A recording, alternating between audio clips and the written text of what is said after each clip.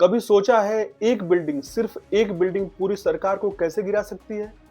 एक सोसाइटी जो बननी थी देश के वीर जवानों के लिए और बन गई नेताओं, अफसरों और बाबुओं की इर्षगाह। तो नमस्कार दोस्तों, मैं हूं राहुल सिंह और आज बात करेंगे आदर्श घोटाला के बारे में। भारत के सबसे बड़े पॉलिटिकल हाउसिंग स्कीम में से एक, जिसने 2010 में पूरी महाराष्ट्र की राजनीति को हिला दी थी। 1999 के बाद कारगिल युद्ध में शहीद जवानों के परिवारों के लिए मुंबई के कोलाबा इलाके में एक 6 मंजिला बिल्डिंग बनने वाली थी। नाम रखा गया था आदर्श कोऑपरेटिव हाउसिंग सोसाइटी। लेकिन धीरे धीरे ये शहीदों के लिए प्रोजेक्ट बदल गया वीआईपी स्वर्ग में, जहां फ्लैट मिले नेताओं, अफसरों और उनके रिश्तेदारों को। इंडिया टुडे के अनुसार यह प्रोजेक्ट सिर्फ 6 मंजिला का होना था, लेकिन कुछ सालों में यह 31 मंजिलों का लग्जरी टावर बन गया। जमीन भी वही थी जो सिर्फ डिफेंस परमिशन से ही मिल सकती थी, पर नियम तो बस आम लोगों के लिए होता है।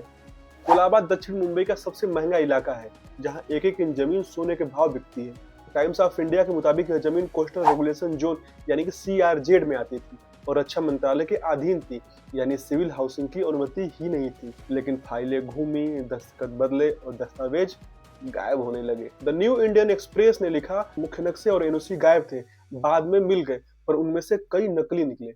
अब ये कहानी भ्रष्टाचार से भी आगे बढ़ने वाली थी। इस घोटाले में कुल 71 लोग शामिल पाए गए, जिसमें से ब्यूरोक्रेट, सेना के अधिकारी और राजनेता तक थे। NDTV के अनुसार CBI ने 10,000 पन्नों की चार्जशीट दाखिल की, जिसमें से पूर्व मुख्यमंत्री अशोक चव्हाण का नाम भी था। CBI ने कहा, अशोक चव्हाण ने अपने रिश्तेदारों के नाम पर फ्लैट दिलवाए, पद का दुरुपयोग किया और नियमों को मोड़ा। इकोनॉमिक्स टाइम ने 2012 में बताया कि करीब 40% फ्लैट सिविलियंस को दे दिए गए, जबकि प्रोजेक्ट केवल डिफेंस पर्सनल के लिए था। लेकिन अगर कुछ लोग डर कर पीछे हट जाते तो शायद ये घोटाला कभी सामने ही नहीं आता। द हिंदू के अनुसार सिमप्रीत सिंह ने 2008 में शहरी विकास विभाग में पहला RTI दाखिल की। सिमप्रीत ने एक सीधा सवाल पूछा, जो जमीन सैनिकों के लिए थी वो आम नागरिकों के नाम कैसे हो गई? उनके RTI का जवाब ने पूरे सिस्टम का पोल खोल दी। गायब NOC, नकली दस्तखत और गैर कानूनी floor extension. The Indian express लिखता है, सेना अधिकारी लेफ्टिनेंट कर्नल RN पाटिल ने रक्षा मंत्रालय को लिखा कि यह भूमि गलत उपयोग में लाई जा रही है। उनकी शिकायत के बाद सेना ने आंतरिक जांच शुरू की और जब जांच में दस्तावेज गायब मिले तब CBI ने केस अपने हाथ में ले लिया। इंडिया टुडे के अनुसार defence state officer Pradeep Kumar ने भी ट्रांसफर को मंजूरी देने से इनकार किया था और कहा था कि यह कब्जा अवैध है।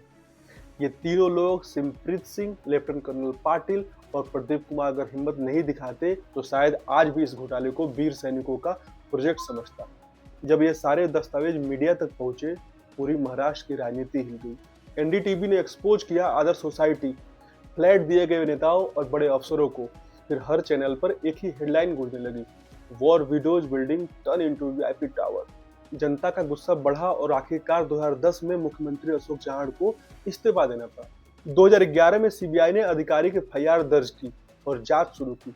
अगर एक लाइन में कहें तो 2008 में सिमप्रीत ने RTI दाखिल की, 2009 में लेफ्टिनेंट कर्नल पाटिल ने शिकायत की, 2010 में मीडिया ने एक्सपोज किया और अशोक चव्हाण को इस्तीफा देना पड़ा। 2011 में CBI ने FIR दर्ज की और 2012 में 10,000 पन्नों का चार्जशीट दाखिल हुआ। आज भी कोलाबा के समुद्र के किनारे 31 मंजिला आदर्श बिल्डिंग खड़ी है और उसके अंदर कोई नहीं रहता, न बिजली, न आवाज, बस खामोशी।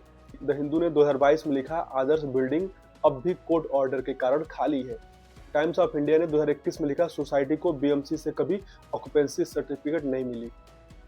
2011 में CBI ने इस इमारत को सीज कर लिया था और तब से आज तक उसमें कोई नहीं रहता। खिड़कियां बंद है, बिजली कटी हुई है और बाहर सिर्फ एक पुलिस गार्ड है। मिड डे 2023 में लिखता है कि स्थानीय लोग इसे साइलेंट टावर ऑफ कोलाबा कहते हैं। एक इमारत जो कभी शहीदों के परिवार के लिए बनी थी, आज भ्रष्टाचार की यादगार बन चुकी है। सोचो जरा, कारगिल के शहीदों के परिवार के लिए बनी बिल्डिंग, जहां उन्हें सर छुपाने की जगह मिलनी थी, वहीं VIP लोगों ने अपने लिए महल बना लिए। ये सिर्फ एक बिल्डिंग का घोटाला नहीं था, ये पूरे सिस्टम के बेईमान होने का सबूत था। और आज भी सबसे बड़ा सवाल ये है कि क्या सिस्टम बदला है या सिर्फ नाम बदल गए हैं। आदर्श बिल्डिंग आज भी कोलाबा में खड़ी है, लेकिन उसकी हर एक मंजिल एक कहानी कहती है, लालच की, सत्ता की और धोखे की। ये था आदर्श घोटाला, पर यह घोटाला सिर्फ मुंबई तक सीमित नहीं है। बहुत सारे ऐसे घोटाला है जिसके बारे में आज तुम्हें पता भी नहीं है।